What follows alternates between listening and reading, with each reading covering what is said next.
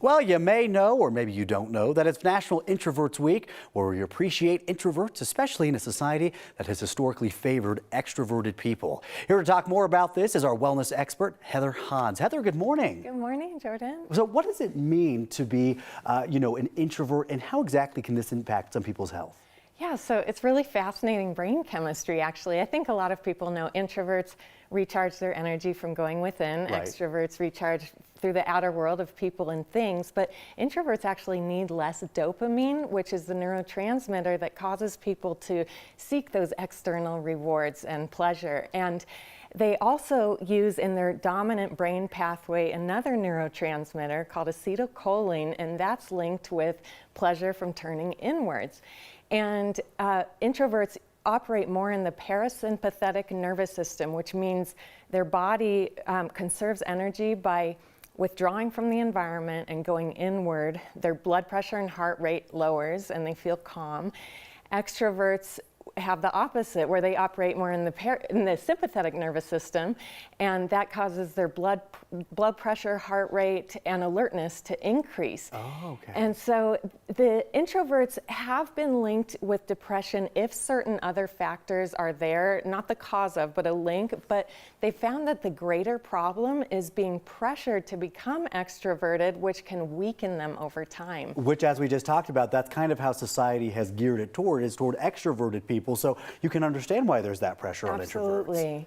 Yeah. So there's some things that introverts can do to kind of accentuate their traits, and one of them is to look for leadership opportunities. They actually make incredible leaders. Oh, good to know. So yeah, everyone from Albert Einstein to Rosa Parks, Abe Lincoln, Gandhi, some of the big tech and finance gurus are all introverted. Yeah.